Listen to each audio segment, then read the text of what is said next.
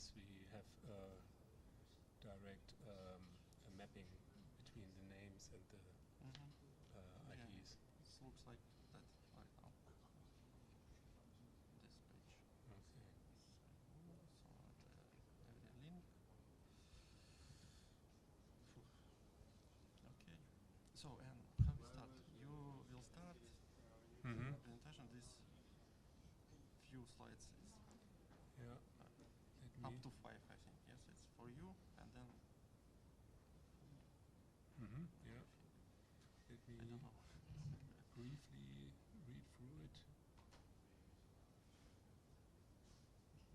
Okay.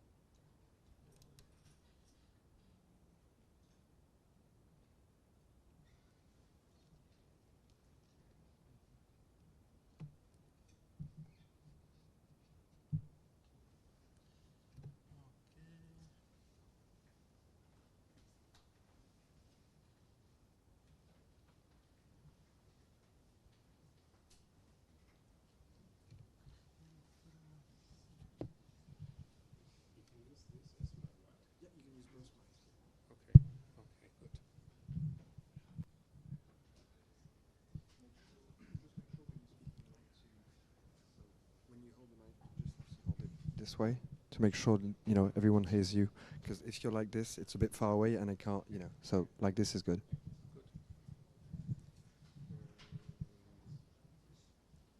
Is there some recommendation about the network? So is it better? So the easiest is to join the guest list because the open influence work doesn't really show that. We can fix a problem, but we will not help the open influence. So you have to use guest network. Sends you credentials on your email, and then you have to log into those credentials to actually get access. Okay. Okay, then we should talk about this probably first indeed. Yeah, it's nice. It's really easy. The M got wrapped. Yeah. After import. And I don't know how to fix it. Because I don't know how. It's like a baked.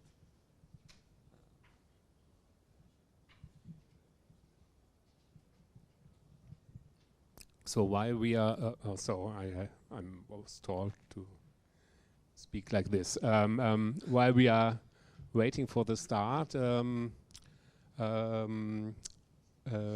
maybe we can use the time already a little bit for some preparation, since we have prepared some live demos as well, and we actually provided also credentials for that, which you've probably seen already. We have created a spreadsheet file which you can download here. I hope it's okay to type those 5 characters at the short URL link, and you should find your line of this file if you have been registered previously. May I ask you to raise your hand if you have registered for the session? Okay. And the cross-check who just walked in this morning, which is completely fine. Is there somebody? Okay. So, okay, then we will have to... There are still empty slots there. So yeah, there are some empty slots. Just good. Choose it and write your email and name. Yeah, just add this to the file. Yeah?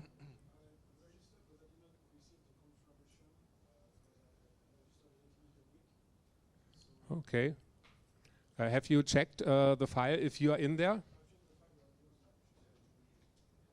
Also, yeah, but then just use the empty lines. I think there are a few empty lines in there. Then just make a short comment. Can the attendees edit the file on that link, Anton? Yeah. Okay. Done. Okay. Okay. Yeah, there are some files. The short URL is directly pointing to the Drive document. Okay. Okay. The Google Doc. Okay. So let's try this as soon as possible. Then we don't lose valuable time later on. And while Anton is talking and giving the presentation in the workshop, I'm also here and try to help you to get your accounts sorted. Yeah, what else? The network. Yeah, well, I've been told that we can use the official, I think, the Open Infra network down here in theory, but the signal strength is not very good. So the recommendation is to use here the guest network for your computers. And now let's see. Yeah, 11 o'clock. So 11 okay. already. Yeah. So All right. Yeah, then I think we can actually start. Let me see. I will close maybe one of the doors.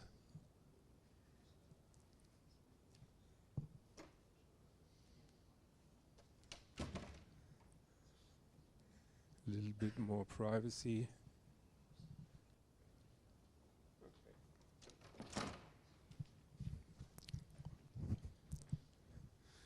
Okay, good. So welcome to our Terraform workshop today. Well, what can I say about a Terraform? Could you please raise your hand if you have no idea or if you had no exposure at all to Terraform? Is there somebody? Okay, 1, 2, 3, 4. Okay, there are a few of you.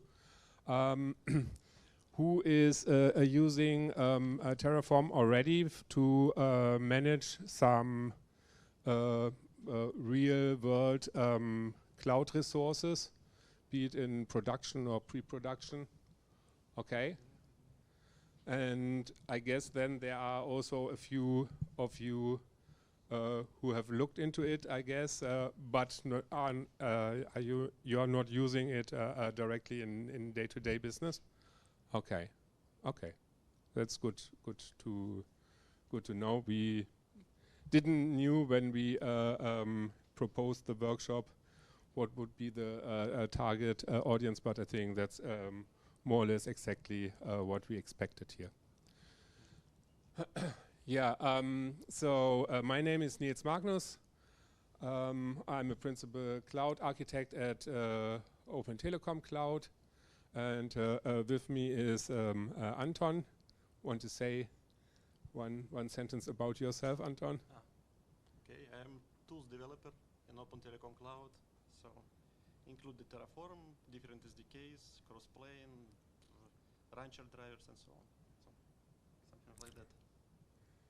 Yeah, I think this is very nice. So we have some expert who's really directly from the source. So Anton is responsible for developing and maintaining our Terraform provider.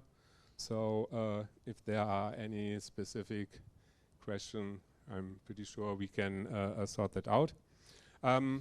Let's give a brief overview. Today's workshop is about system provisioning. Why Terraform is probably a no-brainer. It's more or less the industry standard nowadays for cloud-independent provisioning. So if you want to automate your cloud workloads, you write a Terraform a template, describe everything what you want to achieve, and the software itself figures out what to do in which order and which APIs to call in which way and with the right data. That's why we are using Terraform. Of course, there is something like heat in, especially in OpenStack. But to be honest, the reality has just kicked in, and Terraform is just much more widespread, at least in our experience and seeing from the responses from our users. There's a lot of interest in it, and we are doing this workshop for the first time here, and we hope to can give you some valuable information. But if you have any ideas of how we could improve, please let us know, and then we can tweak the session even more. Yeah, well, we are up to lots of automation. Well, let's just see here by Terraform. I talked about this skill prerequisites, so it would be nice if you have some basic understanding of how does a cloud work, how does OpenStack work, how does Linux work a little bit on the command line and so on. Nothing specific, but a general knowledge. If you have some additional questions, just raise your hand or get in touch with me, and I can try to sort that out so that we get you all started with some results here. Let me just see.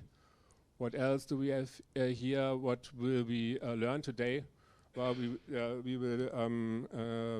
we have prepared a number of small demos, and Anton is guiding you through the demos, and you can also run the demos by yourself.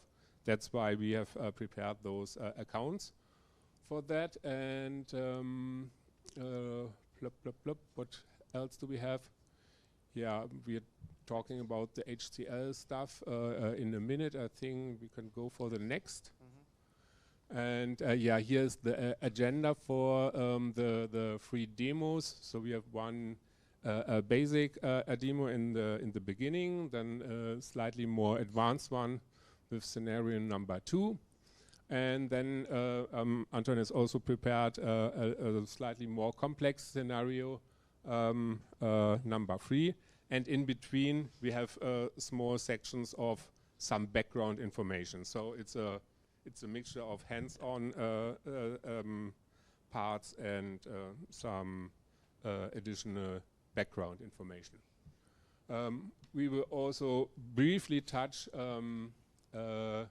some other tools like Atlantis or Pulumi, just to get you a little bit into the context of the whole field of system provisioning. Well, we are on a tight schedule. That's also why I don't want to waste too much of your time.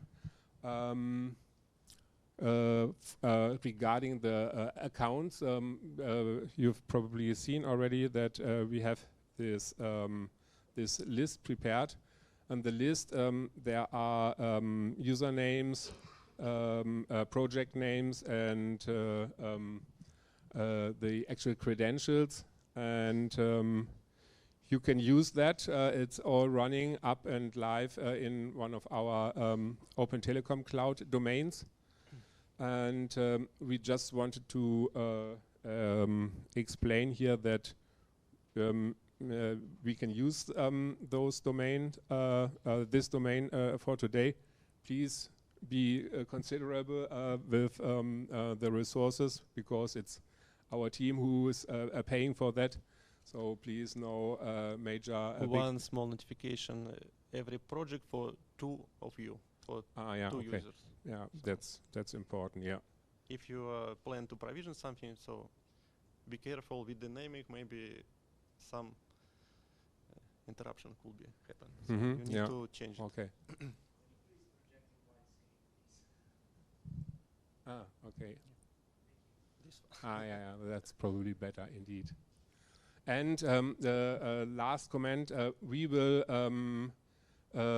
throw away everything that was created in those user accounts by end of the month. So I think we said, yeah, October 31st. So just that you know. So that means you have enough time. If you have created something here during the workshop, you can go home and try out the stuff you learned again. And after that, please make a local copy of it so that you can save it for future use. And we will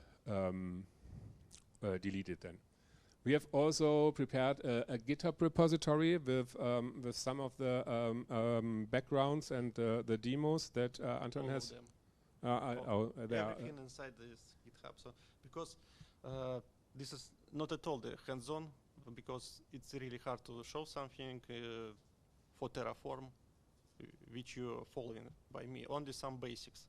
So it's mostly for you to ask me a question, because I will show some examples, a lot of them, I suppose, and you could just repeat it when you come at home, for example, because, and so please ask questions. Yeah, I'm here with the microphone, or go directly to you. Just raise your hand and we can sort this out. Okay, one final remark here on how is it all connected. Deutsche Telekom, Open Telekom Cloud, HashiCorp as the original provider of the Terraform language and the tool. As you probably know, HashiCorp has developed Terraform and released it originally under an open source license. Then about a year ago, HashiCorp got bought by another company, by IBM. And I don't think this is necessarily related to that, but HashiCorp changed their license a little bit, and it's not technically a 100% open source license anymore. It's for personal use, or our use cases here, free of charge, but it's still no longer open source as such in a formal definition. However, there are alternatives, as you probably know, for example, OpenTOFU, and Anton is also mentioning some remarks about that. This is one part of the story, and the other part of the story is the provider. The provider closes the link between the Terraform software and the specific cloud you are running this on. And that's why we do the development of this Terraform provider, since this requires obviously a close knowledge about how the Open Telekom Cloud works, because the provider translates the requests that are written in the templates into the specific API calls of, in our case, Open Telekom Cloud. Why do we have a specific provider for the Open Telekom Cloud? In theory, the OpenStack provider should suffice for that. And if we are just talking about core services, At the beginning, it was just a fork of OpenStack. Yeah. And but since in the Open Telekom Cloud there are a number of additional services which are not part of OpenStack itself, that's why we have also, that's why we have forked the provider and added support for other stuff as well. So just that you can relate to that. So with that, I think I've talked enough. Are there any questions right now we should resolve? Otherwise, I give the word to Anton. He is much more into the details. Okay, Anton, your stage. I also could clarify this file with the credential. At the end of this file, you could find the link to the user interface called the console, OTC, and so on. So you could open it and log in and to see how it looks like also. It's not only for CLI access, not only for the Terraform, but you also could log in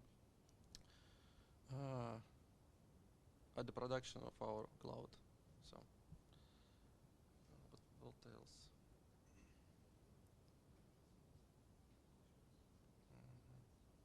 Yeah, please clone this GitHub repository with the workshop. So slides are there, instructions how to install the tools also there, and so every example also. If you are a user of Visual Studio, I've added dev container configuration. So if you open this repository in Visual Studio, it asks you whether you will to run it inside the dev container. So everything prepared inside this container, every binary. So maybe if you don't want to install something additionally on your machine, so you could use this approach. Okay, what else? So I don't know. Nils already talked a lot about everything. So why Terraform? Why not Ansible, for example, or other tools? So because yeah, we are using previously the Ansible for this stuff about how to rule our infrastructure in production. Not we find out that it's really hard to manage it because to maintain the real huge infrastructure via Ansible, it's a real pain for us. So it's hard to manage a lot of roles, and it's kind of slow. So more slower than Terraform, because Terraform by definition how it work in parallel, every task in parallel, so it's more faster than than Ansible. And also we find that there are a lot of questions happens when Ansible updated, when you update even the image of some Ubuntu instance, for example, a Debian. So it could be happen that Ansible version also changes, and your roles cannot be run. So on new version. So it in my experience, it never happened with Terraform. But yeah, I could suggest you to still use it's like a combination. So if you want to provision something, better to use the Terraform or other infrastructure tool for provisioning. And if you want to configure something, please use the Ansible, Puppet, or Chef, or whatever you want. So also, mostly everyone using just Terraform CLI as a tool, but there are also some offers from HashiCorp itself, like their cloud solution, enterprise solution, which could be hosted by yourself. But if you somehow against the HashiCorp company, so you already can use the OpenTOFU. It's pretty mature. There are also a lot of fixes which will be never fixed in the Terraform itself, because the Terraform now only faced to the big tech providers, maybe to AWS, for example. They drop S3 support for other providers, and latest version in latest version Terraform, you cannot use this feature for storing the backend, your state file, and different backends other the AWS, for example. And So let's start from the basics. I will show you later how to write, but the main part of every configuration script, it's the provider block. There you need to insert your credentials to have access to some provider. So also for Terraform there are a lot of providers, not only for clouds, for different clouds, but also you could manage for example, different databases, Kubernetes clusters, even the Ansible. So using the just provider is like a plugins for Terraform.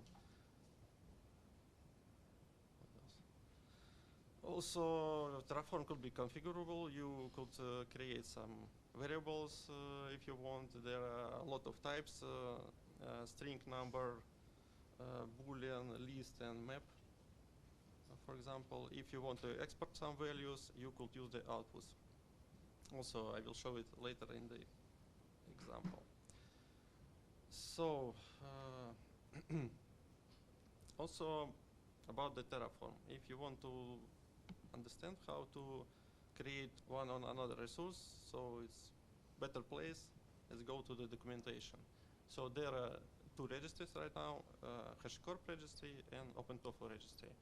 So all providers are mirrored between them and all documentation also. So documentation contains description of attributes and outputs and a lot of examples. So what else? Maybe let's start from some beginning, from scenario, how to start at all with Terraform. So all the details here, it's not necessary to read them right now. I guess it's more for your reference what we are actually doing here. Can everybody read that, or do we need to increase the font? Maybe a little bit more. Ah, yeah, that's maybe probably now even I can read it. Okay, good. So the main block for every configuration is block for initialization Terraform itself. It's called the Terraform. So there you need to put some version of the Terraform binary which are installed on your machine or build some kind of build machine. So and inside the required providers, the provider which you managed to use, and also the version of the provider. After the initialization block, need to create the provider itself and put some credentials. So what's required? The house URL, username, password,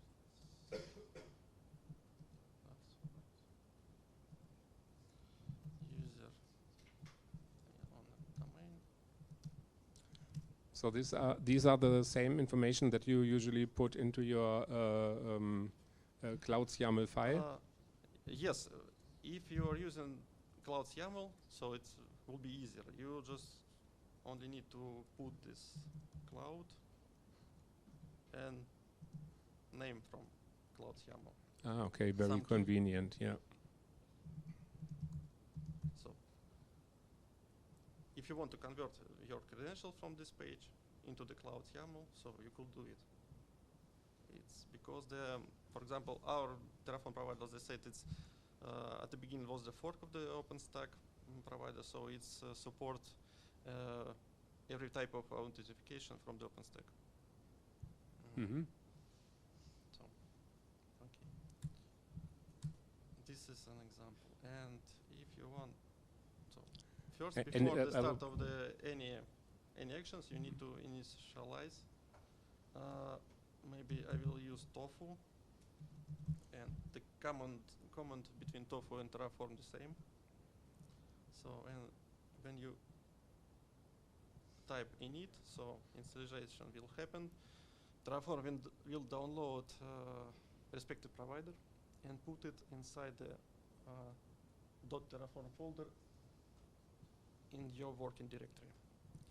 So inside this .terraform, there's some links to registry and binary of the Terraform provider itself.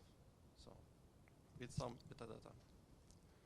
So if I forgot the fields in the provider section, where can I look them up? If you are using some IDE with plugin installed, you just only to click on that, or just navigate to some registry. As I said, Terraform registry or OpenTOFU registry, that is the same. And there are a lot of documentation section. So how to configure, how to use any of resource or even the provider itself. Okay. So, and there are a list of different types of authentication which are supported. Also OpenStack Cloud YAML file. So and there is a lot of examples how to use it. And I stop. Okay. Our Terraform successfully initialized. So what else do we need to provision something? We need to use the maybe main command. It's called apply. To apply our configuration. Right now we don't have anything in our configuration, so it just said that between the your initial state after init command and apply command, nothing was added, so nothing to configure. So the main difference also in Terraform between Terraform and tools like Ansible, this is Terraform. It's a stateful application, so it stores everything in the state file. State file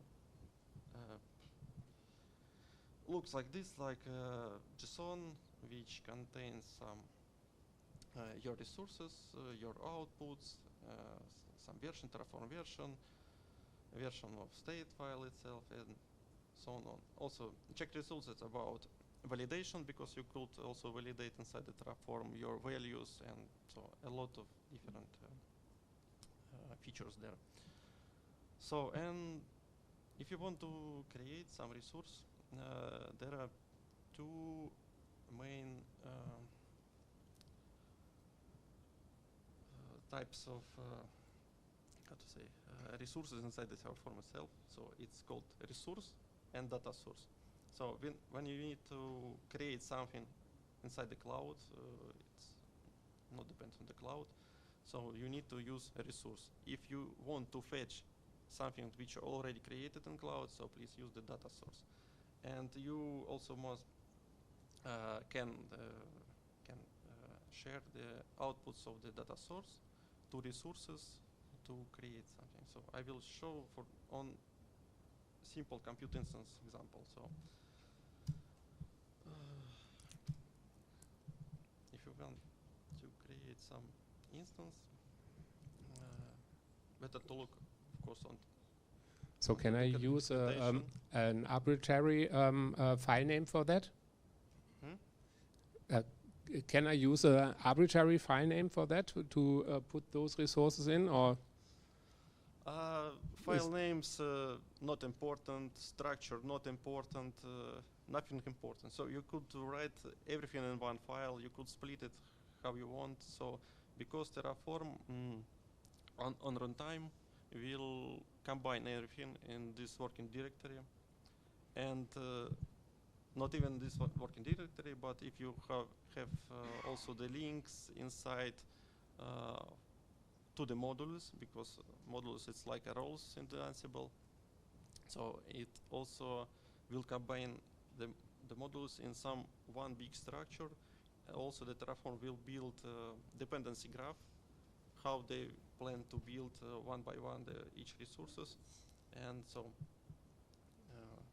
also you can manually manage it for each resource. You could use the keyword depends on, so, and you can make manual dependency between some resources on some installations. So, but just for the basic files, it's looking in the current working directory. and Yes. taking everything that is in there. Is it important to have some specific suffix? No. So everything is cut Only together. extension .tf and that's all. Also, maybe I will, I don't know, maybe good to, I will tell a little bit about variables. So every variables in Terraform start with variable keyword. Then you need to put some alias for that. For example, for image ID, if you want to use the image ID from some variable. And there are several options how to put the value inside this variable. You could define the default, for example, some default ID. You could export, for example,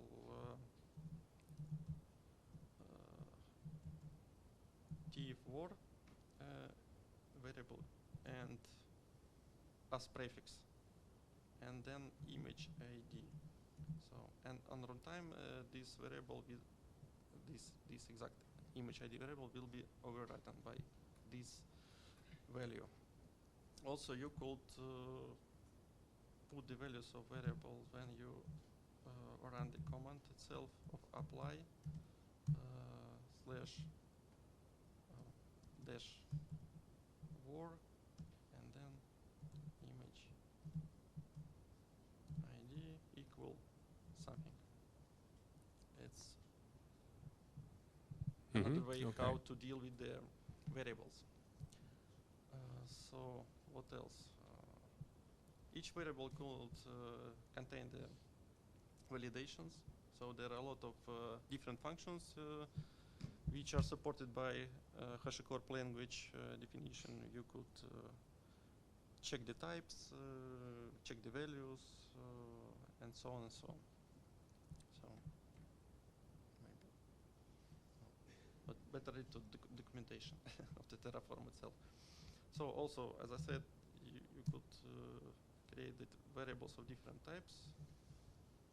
For numeric, for example, numbers. For by default, it's string. If you not set, it will be string.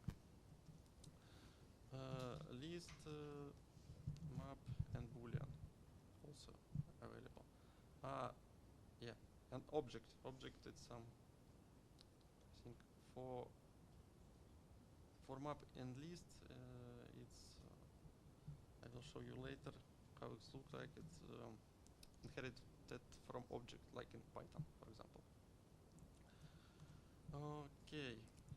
So does it make sense that we create one example resource here that Yes, we can? yes, I plan to show it. So Okay. if right now we apply this resource, the Terraform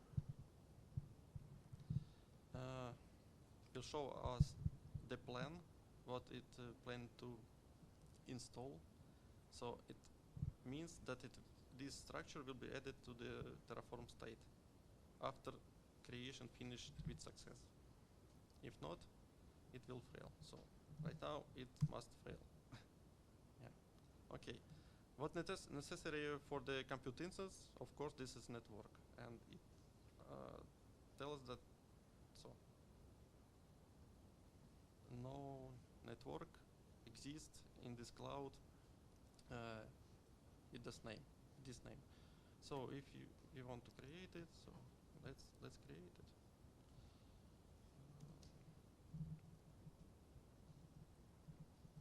Okay. I will not use the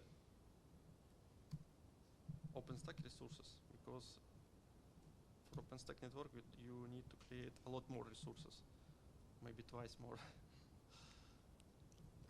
So you're not just adding the network itself, but also the VPN, the VPC for it to have it residing in there.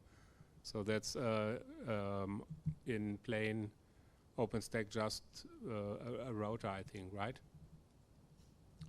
Yeah, for OpenStack you need to create network router, And connect network with via interface, and ports. so on.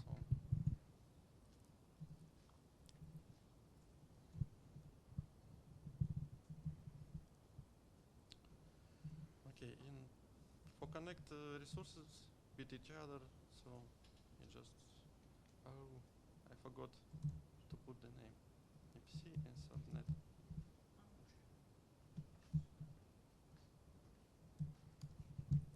PCID, for example.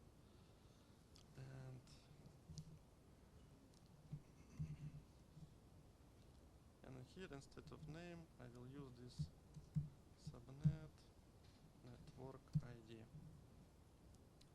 So the bright white values are the actual names of the created resources, and the slightly grayer are the types, right? Yes. Okay. No, this is YAM, image management service. If you need the image ID, I like this.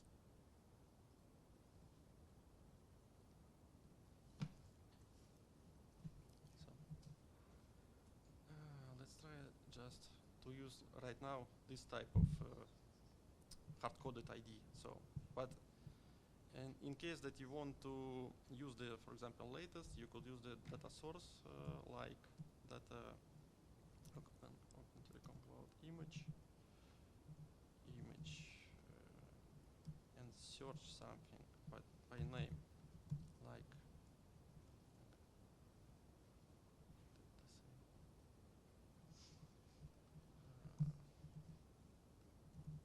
like Ubuntu UEFI. So, and let's try to apply again. So what we see here, Terraform plan to create VM, subnet, and VPC also. So let's.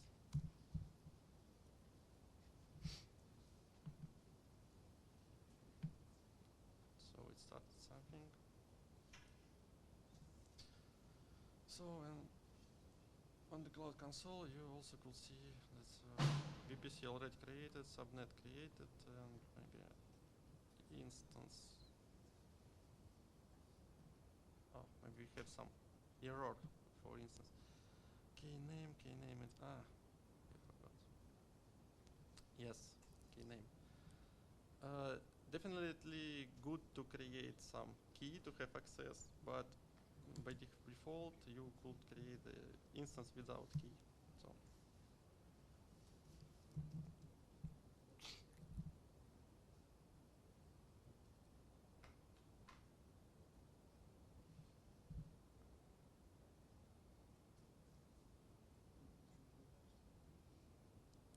You could see that here instance are in status creating, so you could look that image assigning as our Ubuntu UEFI latest, so network, here only IDs, not names, okay. Default security group, and so nothing more. So it's already created, and what we could see here, because why it look like this?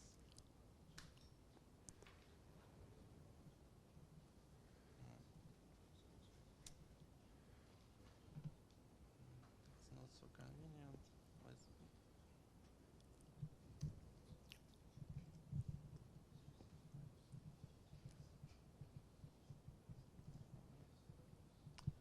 So we could see here that every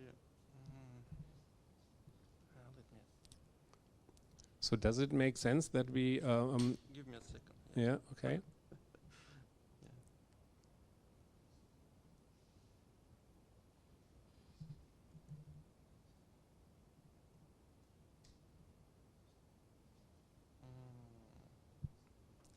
don't know why it's not properly formatted right now.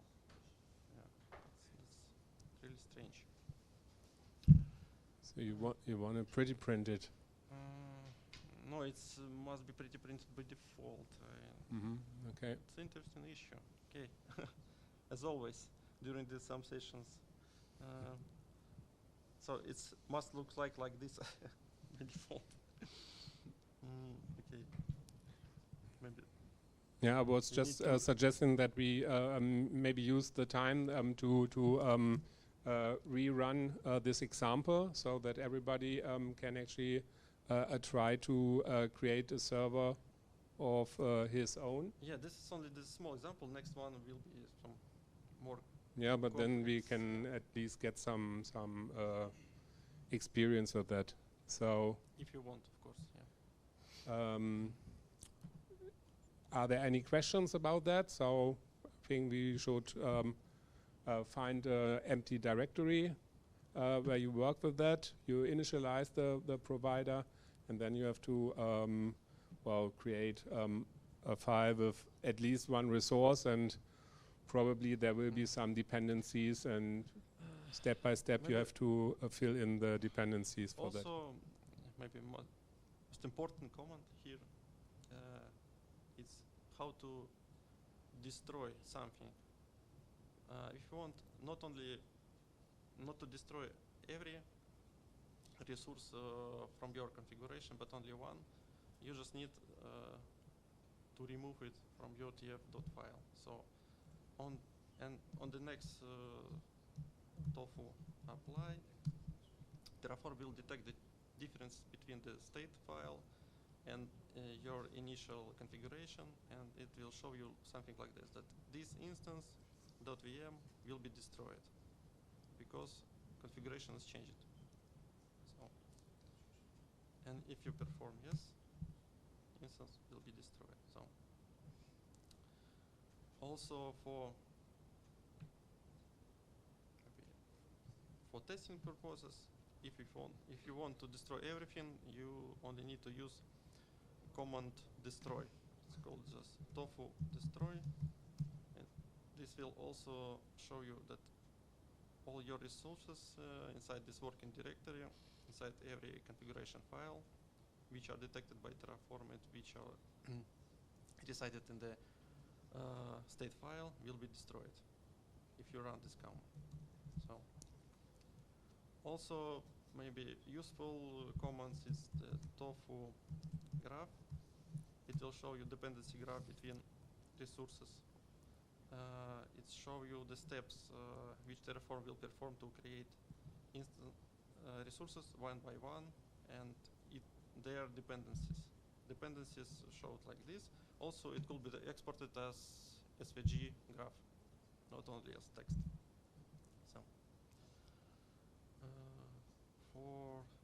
as I said, if you want to export something, you could use the output test, for example, and output value. If you have created, for example, subnet and subnet,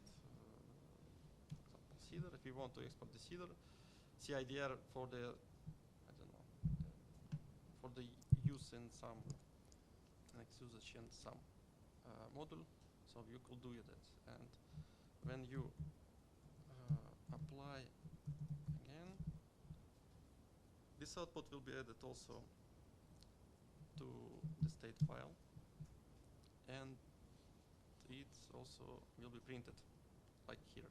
So, and also if you want to fetch some outputs directly from your state file, you could run this command, only output. It will print every output. So it's also, you could combine this with grep command and something different. So let's then destroy this example.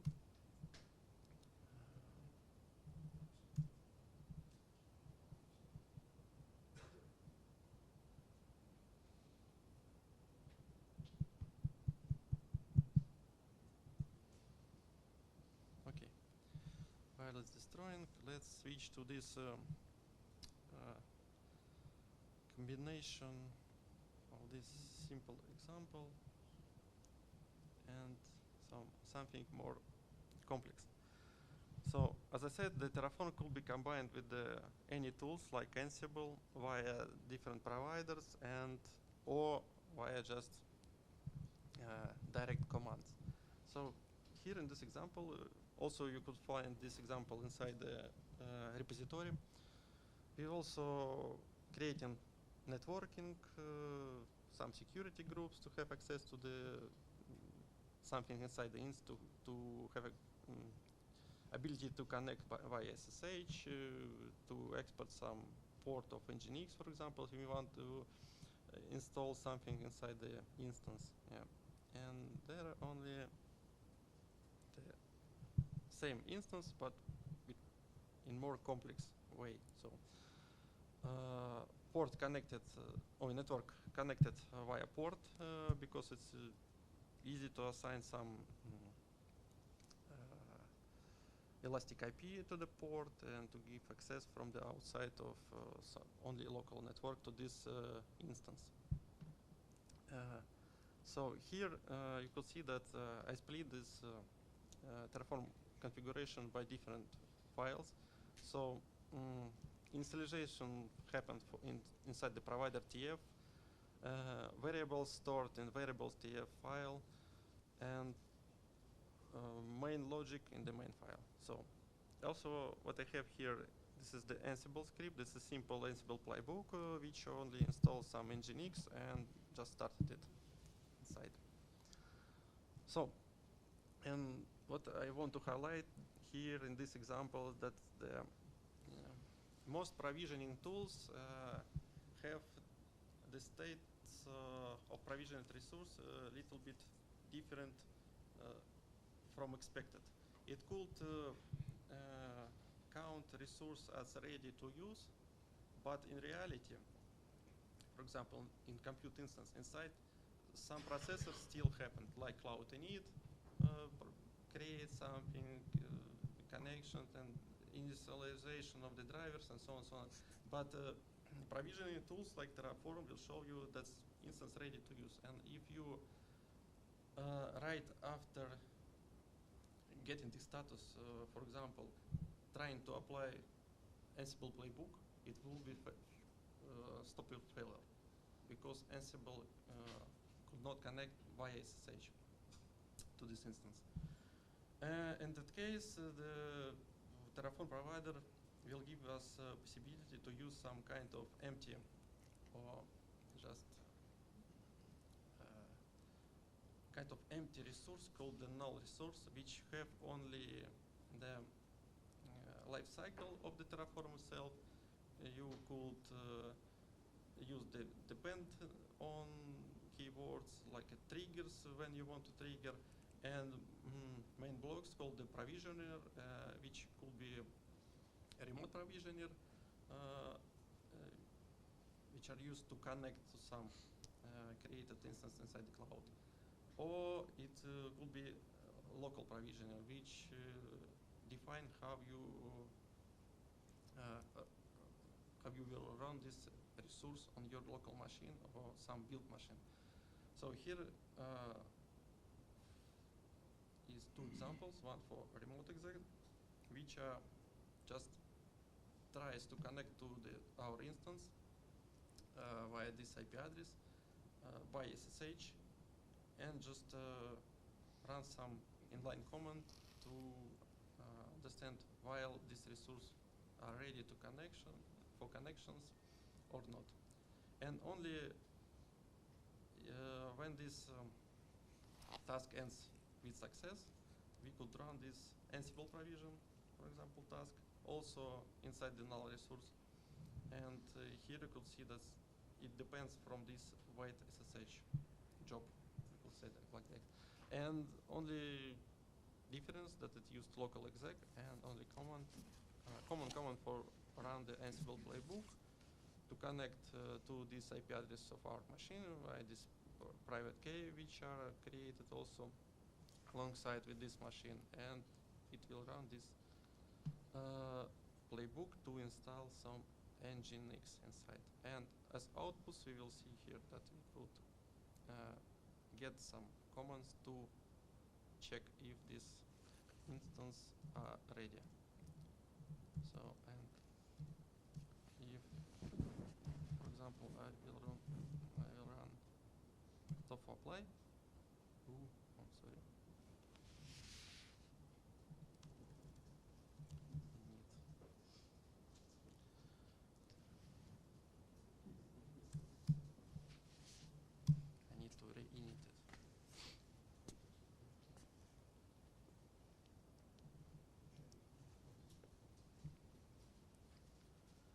So, and TOFU apply will create all of our 14 resources, and you could see what will happen next.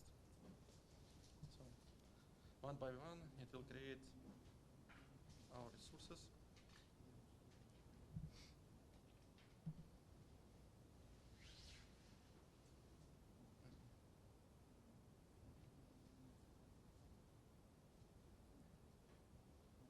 And then after on this step,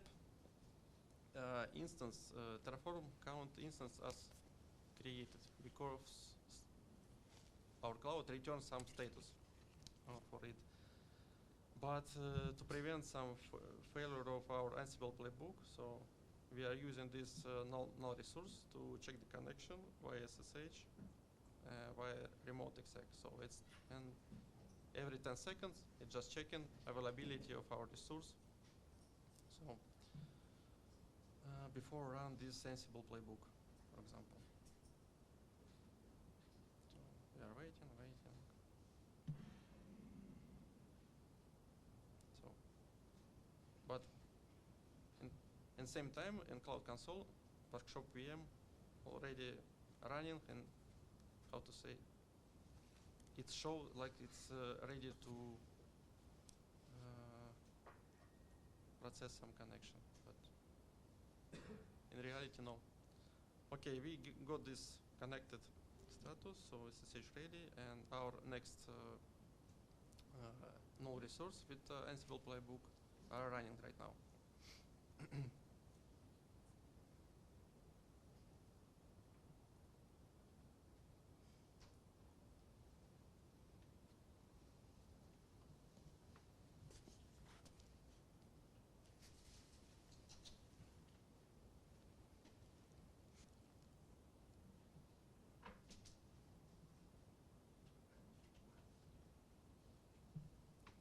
So output exported our Elastic IP, and we can check that Nginx available. So everything is finished there. So maybe that's all with this combination of different tools inside the Terraform configuration files itself. So we can move to the next. Does it make sense to make an interactive part of that, or is it better that we go on and? I think it's better to maybe, if you have any question, please ask me. So, but it's if we do it interactive, it will take a lot of time. Yeah. Okay. Question? Yeah. So my question is, with OpenTOFU, how the state locking feature works? Is it like same as Terraform, like Yes, one it's process, only one? Okay. Yeah.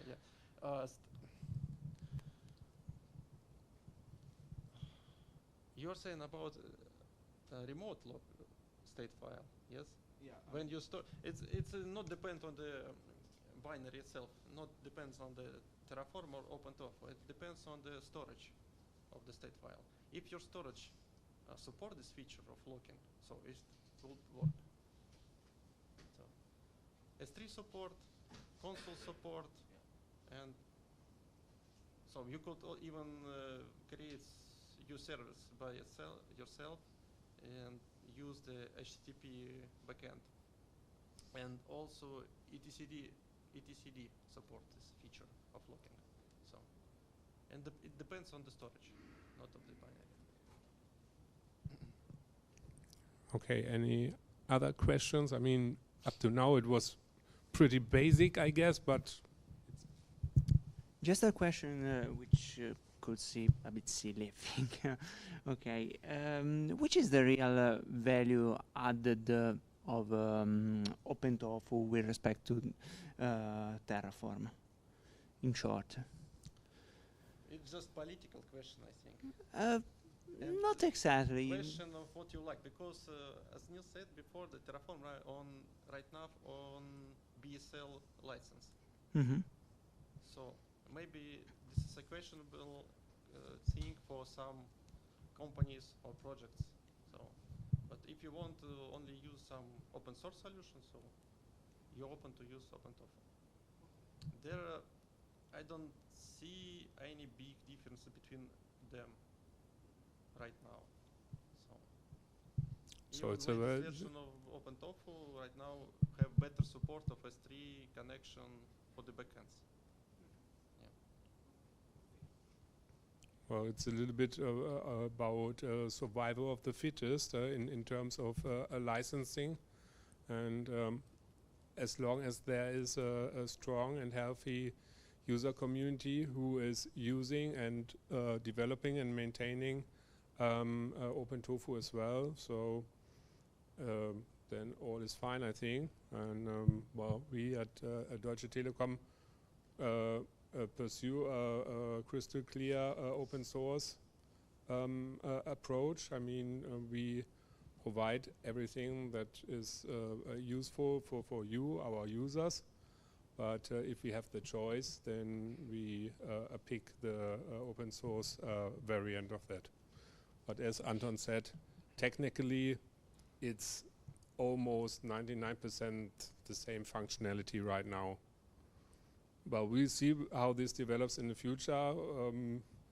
Of course, HashiCorp has announced that they may or may not add some features which may not become directly or maybe only later available in the open source version, because they have also a specially licensed enterprise product, of course. You're welcome. Okay, any further questions up to here? Otherwise, I think you could then go on, because yes, I want to maybe to switch to the next, because there are a lot of features inside the Terraform. There are not, I'm not mentioning all of them, but main is the looping, so you could use the loops like in general purpose languages based on count working as just indexer, and for each, so you could loop over the map or the list using the for each and keys or values. So there are also inside the slide some examples for both of these features. Yeah. So what else? Also, Terraform supports the conditionals, like the if then else, but it looks like the conditional, the question mark, true value or false value. So it could be used for achieve some high availability. So for example, if this value set to true, then you could use the data source for fetch all availability zone, and then create the number of instances equal to this number of availability zone, and iterate over it, availability zones, for example. So what else? Also, Terraform supports the local values, this type of values which could be computed during the execution of the script. So, for example, you could build from the list the map to iterate over it using for each, or if you would like to build some values from different already create resources of the modules, so you're free to use these local values also. And here's some example.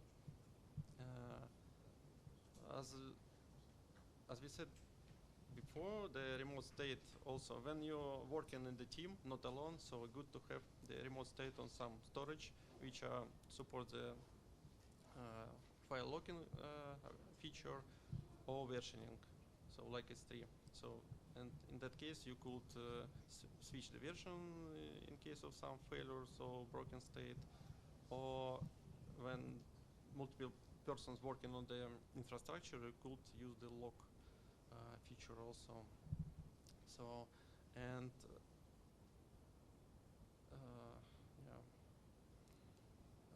Also, if you are switching from different infrastructure as code tool to the Terraform, and you already have something presented in the cloud itself, it's not important which cloud, so you could use the feature of importing some resources into the state already. So via import, the resource name and cloud ID. So you could import this resource inside the Terraform and make it manageable from the Terraform itself. Okay, and it's a small maybe example. It's only to show you how you can separate something bigger than we showed before. So if you have, for example, different. Can I enlarge this? No. Okay. If you have, for example, different environments like dev or production, so you have two options how to separate it. One option is to use Terraform workspaces by using the command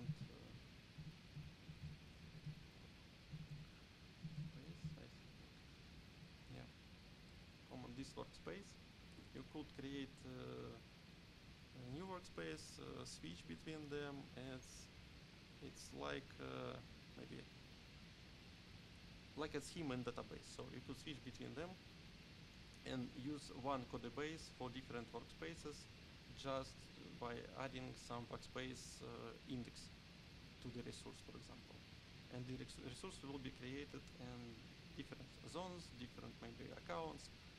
But there one minus of this approach that your backend, if you're storing on remote, will be stored in one bucket if you're using workspaces. But if you're using just like here the folder-based separation, as I said, it will be completely separated, these backends, between different buckets, maybe between different storages. If you want to separate production from development completely, so I suggest you to use this approach, for example.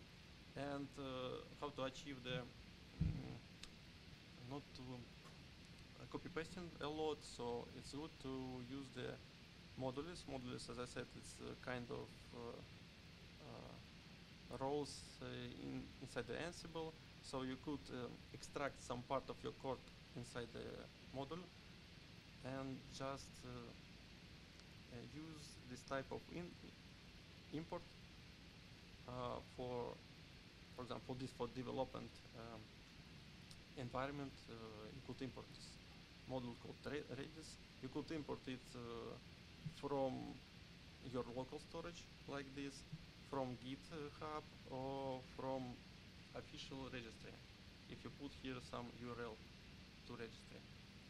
So, and what you need also to fill all necessary variables to run this module, and that's all. So it's help you to avoid duplication of code, for example. So what else? Maybe about modules. It's good if you will look how it looks like inside. So for example, I will show you the networking modules because there are some examples of iteration for each. From security group rules, because here we pass security group rules as a list, but for each requires it to be as map, so we created some local here, and via merge command we just from list create some map instead. And in this case we could use it inside for each, iterating by value or by key if you want. So, and every modules this looks like the same as normal Terraform configuration. No difference between them. So just there are some best practices how to split the code itself. So in mine, it's better to have the main logic in outputs to have the outputs. Also, outputs and modulus works as exported value, which could be used inside this main modulus. So you could share these exported values between the modulus by call the module name, and value name. So what else? And each module contains its own list of the variables. So with this description, if you want to make it clear to every user, and so on. And also, I would like to show you maybe some specific things. So how to avoid the configuration drift if you work in the team. So you could, so how to avoid it at beginning. You need to use automation. So, and there are several cases. You could use the CI/CD, but you need to configure it properly to secure it from access from different sources and so on and so on. And there are another approach, maybe to, it looks like to using some kind of build server. You could install this server inside some demilitarized zone inside your organization, which only have access to your repositories, and to fetch your code and to build it somewhere else. So, and for this example, I'm just using the Atlantis server. It's also have the feature to log the folder with your code, and so you could interact with Atlantis via the comments inside your pull requests. So, and so if any other your colleague from your team will plan to create another change in the same folder, so the Atlantis will prohibit him to merge this change or apply this change before this first one pull request will be merged. So and you could interact with Atlantis via just comments by using this Atlantis apply, Atlantis plan, and so on. So, and to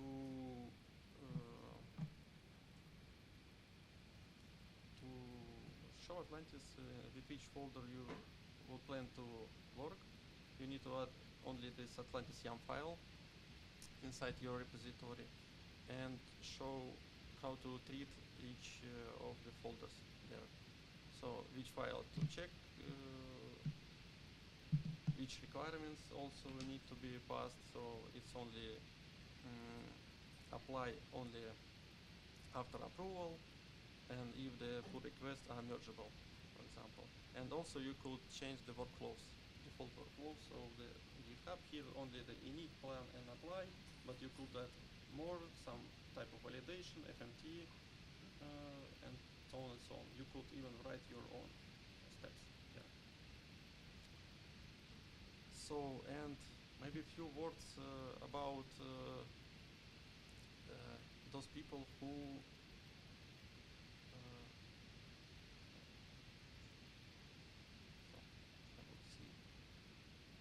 I'll show how Atlantis works. So it's only for every change, it just create the plan, awaits to review, and then apply. And for those who wants to use the infrastructure as code as normal general purpose language, so there are also another opportunity called the Pulumi. Pulumi also has a lot of libraries for OpenStack, for AWS, for Open Telekom Cloud itself, and you could write this infrastructure code on normal languages like Python, Go, Sharp, and so on and so on. So it's maybe useful for the teams who want to maybe stick to one code base, or for using monorepos inside the teams, so to have infrastructure code alongside the main code of the project. So, and to start with the Pulumi, you need to install also this Pulumi binary, and when you type the Pulumi new, it will ask you to select something, a feature features like to bootstrap your project, you could select the necessary provider, the configuration of it, and so on and so on. Also, Pulumi split their environments by stacks, and every stacks reside in some defined org, so organization for your code. And for Pulumi, I would like you to show some small example.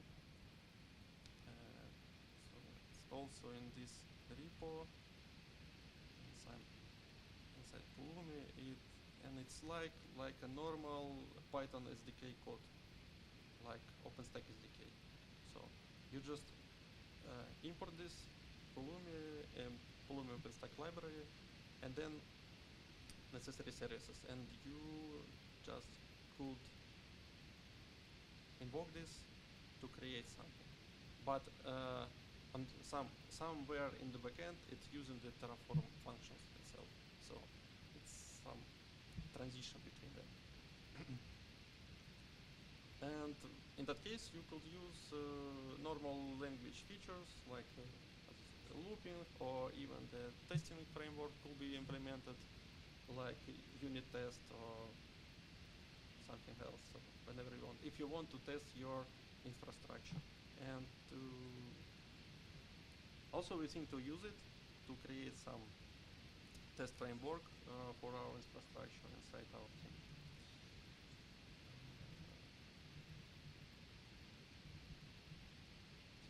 And to run Pulumi, you just only need to type Pulumi up, and it will show you something like that. Also the plan, what it want to create, so list of the resources, so a lot of networking, subnet router interface port instance, some floating IPs, and there are a list of outputs. So also you can to configure it as such. So this is simple usage. You could also put the cloud authentication or basic authentication via URL, password, username, and so on. Could also put your own configuration variables, which you also allow to override during the runtime, and so on. And also, when you are starting with Pulumi and write the Pulumi new, it will create some virtual environment. In this case, for the Python, it will create this gitignore file, basic configuration, and requirements YAML file. So, and you could use it like this, your infrastructure as code, as Python code. If you type yes to start creating, so it would look like this.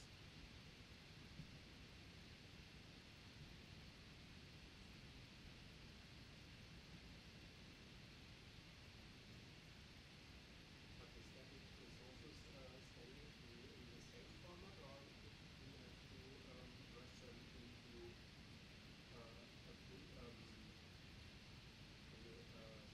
or specific, I don't know, even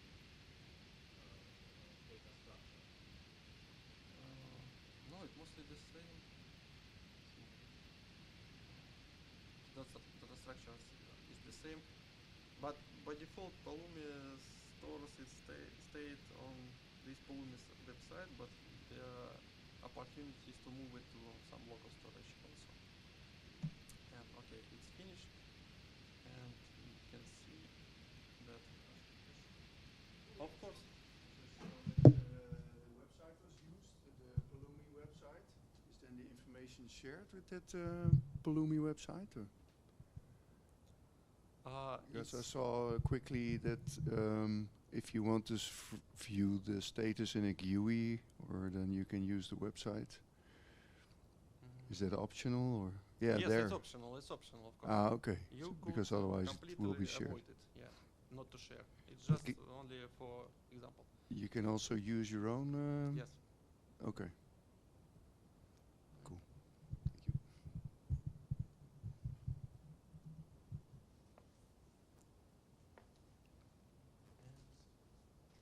So maybe that's all. So if you have some question, please feel free to ask. Yeah, well, we could have a look in one of the examples. I don't know if you tried in parallel to run one or the other of them. So depends on you. So we are here to answer your question. Have you any questions on how to proceed? What is the next step? Yes, please take this credential with you and try something. I'm still a bit puzzled because we downloaded, or we had to download Terraform, the binary. But what is the difference now between TOFU and Terraform? Because I don't. Yes, as I said before, there's not a big difference. It depends on you, what you want to choose, because of these license issues with Terraform. yeah, okay, So but But in reality, they are not differs so much. why didn't you propose to download TOFU then? That's what. Yeah. Yes, I just forgot to change it. Ah, okay, okay. So if I would download TOFU, then I would have the exact commands, etc. Yes, commands will be exactly the same. Okay. All the commands. TOFU just like a mirror for Terraform. Mm-hmm. Hi. Actually, I'm working in the university, and we are currently using OLM, Oracle Linux Manager. And since it's going to be end of life by this year, and we are struggling to find its alternatives, so what do you suggest how we can migrate from Oracle Linux Manager to Terraform or OpenTOFU or whatever? As I said, if you already have some created instances or so on, so you could use inside the Terraform import feature. Also, as I know, there are some features to bulk import. So we are called in one run to import everything from the cloud.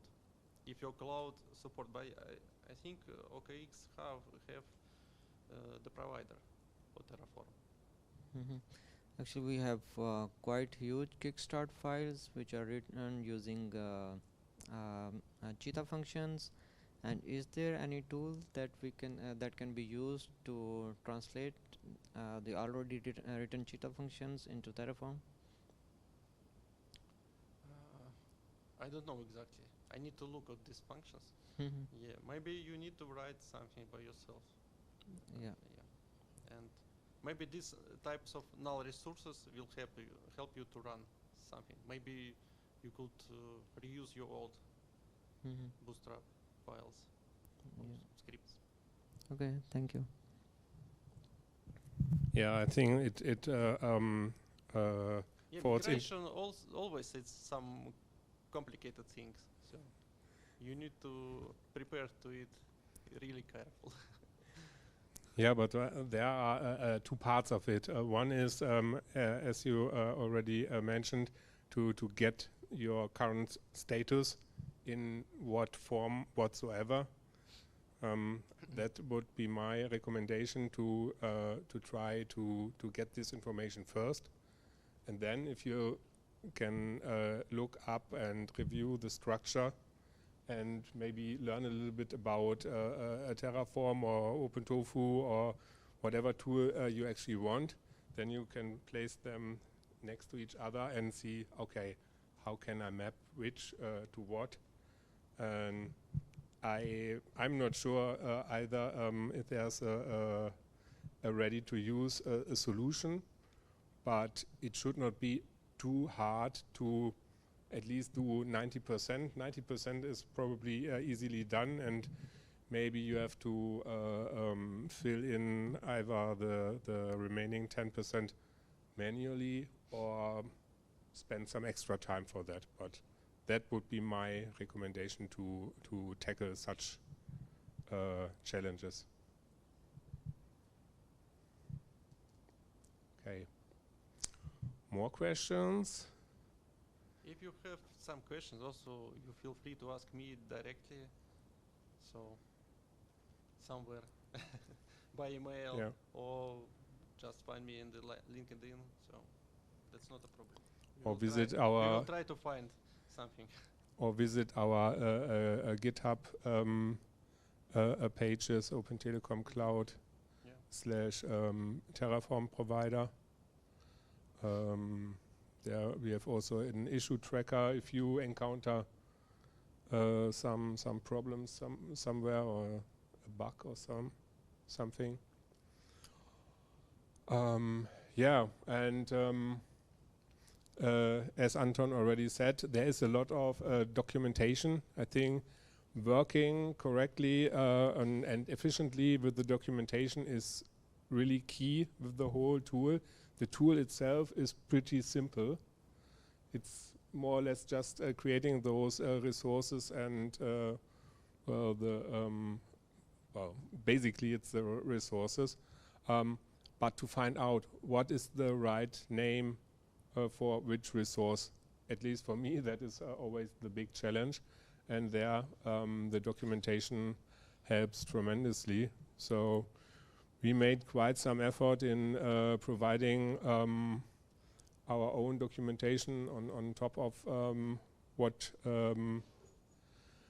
we have in the provider itself and from HashiCorp.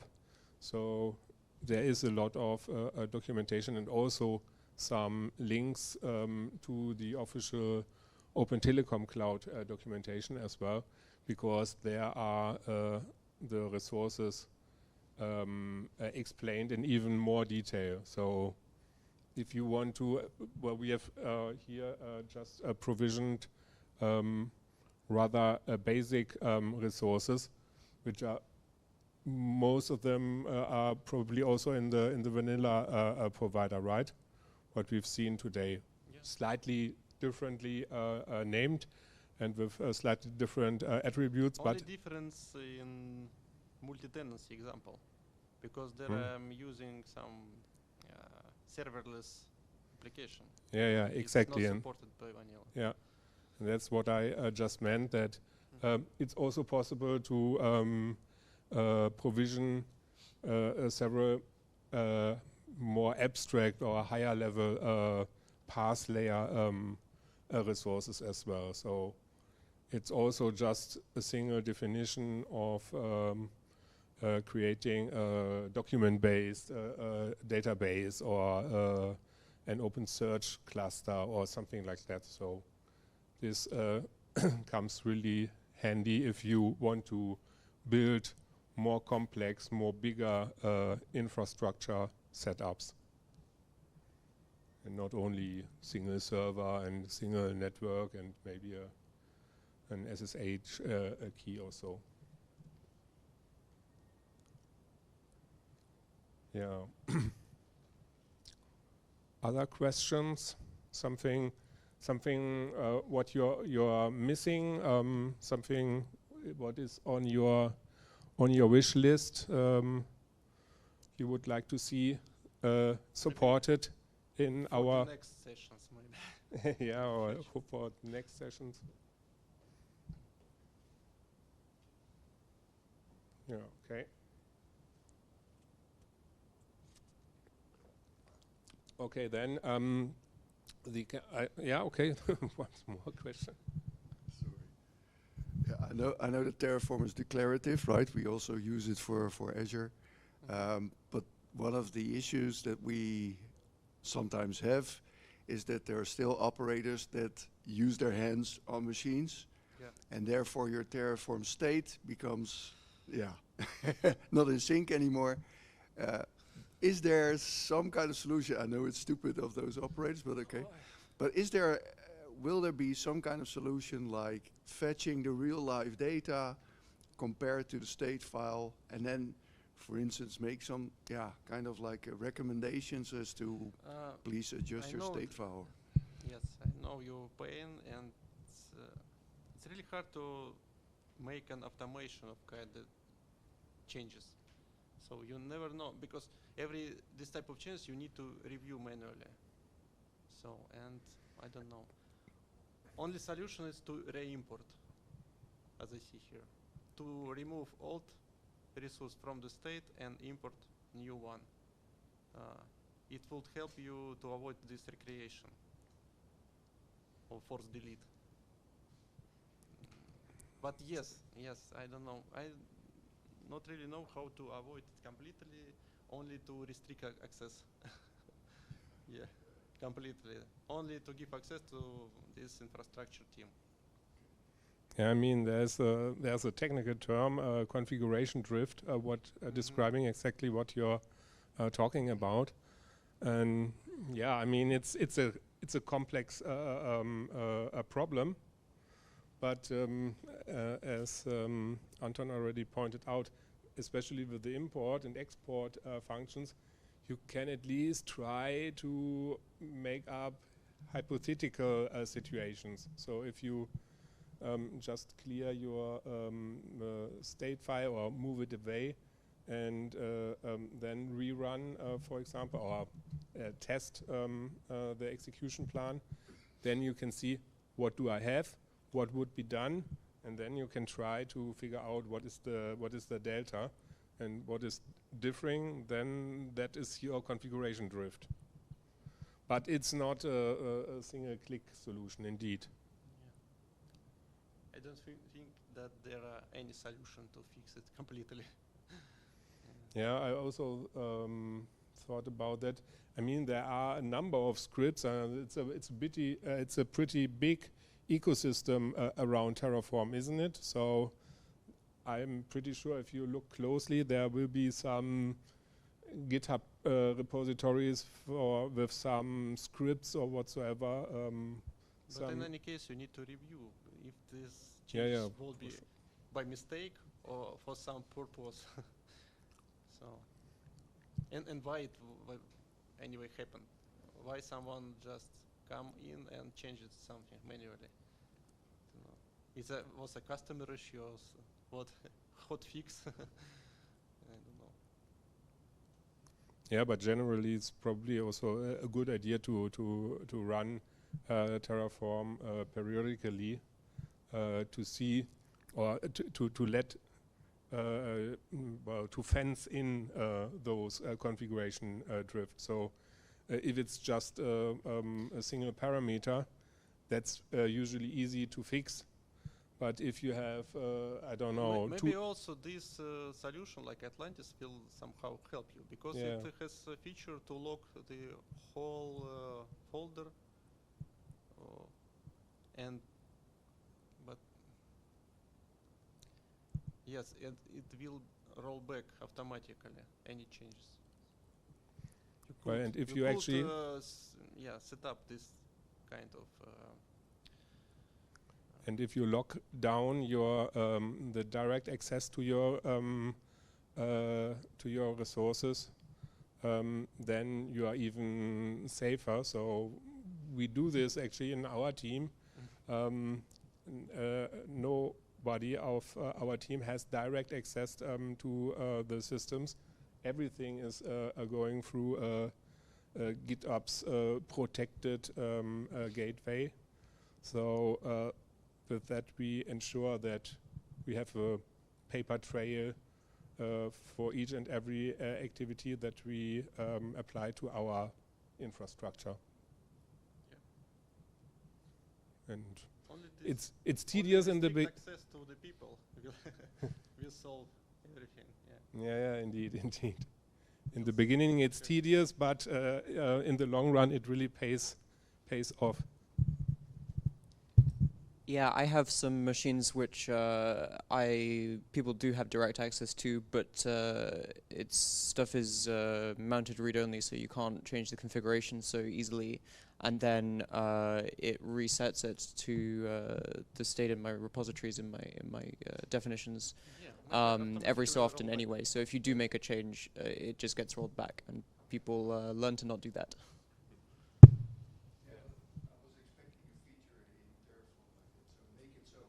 No, inside the Terraform, no. This is like just a code, and that's all. Yeah.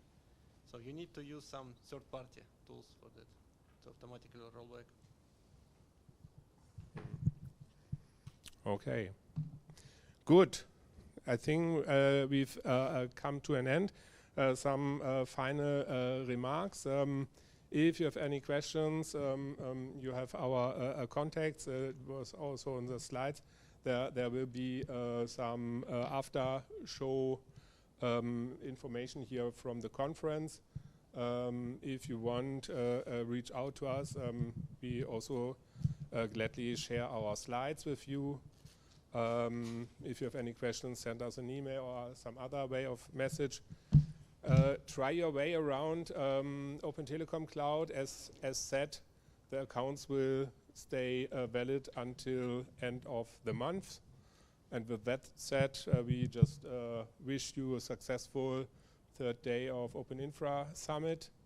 And take care, get safe home again when you're leaving. Thank you. Thank you very much. Yeah. Can I have the address of the Excel to have to be able to authenticate? Mm-hmm. Yeah. Let's go and ask Anton.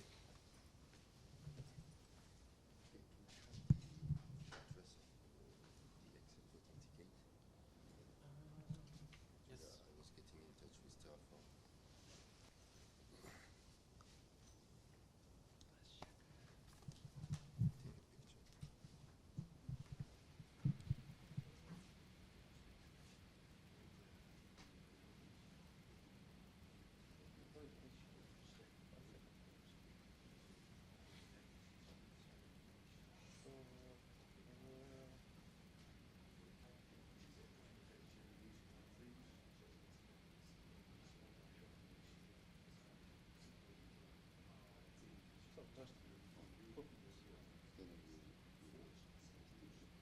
And yeah, so inside this file, please do not remove, just use this one of the So also here on the slides, Yeah, Alexis, I was using this slide. this is console itself, and when you log it in, so by default it will show. Okay, it will show that you have not accessed the resource, so you need to click here and select project.